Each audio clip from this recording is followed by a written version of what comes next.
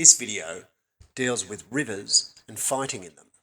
Players do not know whether a river is paltry, easy, tricky or dangerous before attempting to wade it with a land element, enter it with a boat element, or deploying boats on it at the start of the game. A river is the same for its entire length. Boats can be deployed on a river at the start of the game, and movement along a river is only possible by boats. Now, there is no definition in the rules of movement along a river.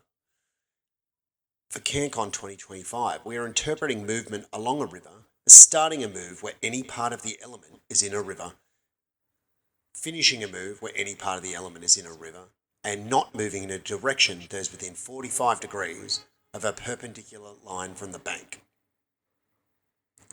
If a land element starts on the bank and wades into the river to attack the flank of enemy wading across, that is not movement along a river, because its move did not begin in the river.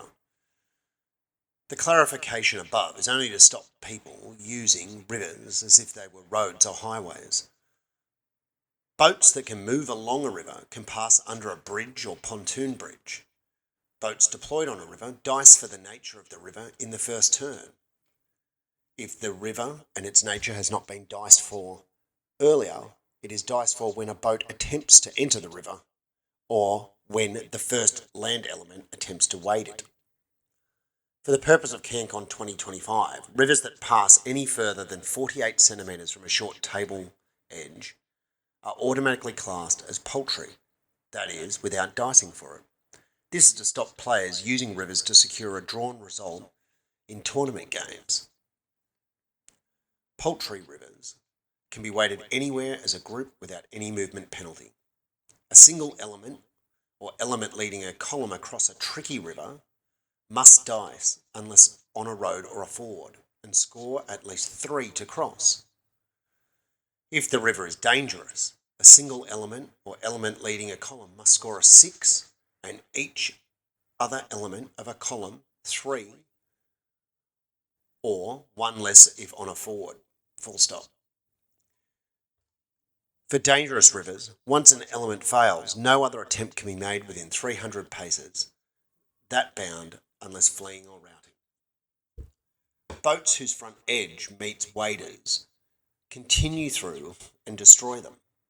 Boats whose rear edge meets waders pass through but do not destroy them.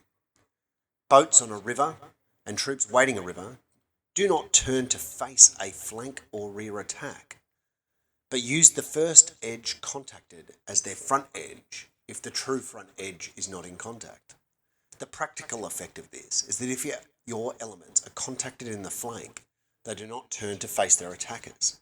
They still get their supporting ranks, if any, but if they recoil, they will be destroyed, because an element cannot recoil with an enemy element in contact with its flank. The same applies to contact with an enemy element's rear. This highlights the importance of ensuring flank protection when assaulting across a river. An enemy element contacting your waders in the flank could be catastrophic. This is particularly so in circumstances where elements in a river do not exude the 6 centimetre zone of control because of intervening water. This makes it easier for the defenders of a bank to jump out and cross across an enemy element's front to hit your elements in the flank. Please make sure you watch our crossing enemy elements fronts video in this respect.